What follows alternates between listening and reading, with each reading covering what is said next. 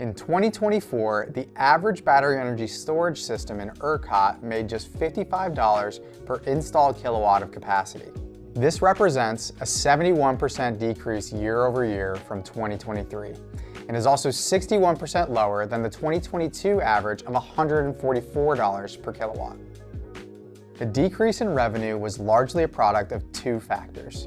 First, ERCOT's ancillary service markets became saturated with battery capacity in 2024, causing the value of providing ancillary services to decline substantially relative to energy. As a result, the proportion of revenues that came from energy arbitrage grew to 34%, up from just 14% in 2023 and 10% in 2022.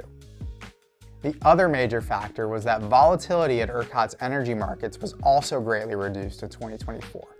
Average one-hour spreads fell around 62%, from $256 per megawatt hour in 2023 to just $98 per megawatt hour in 2024. Installed grid-scale storage capacity roughly doubling played a role in this reduced volatility, alongside minimal growth in observed demand and an increase in installed solar generation capacity of around 50%.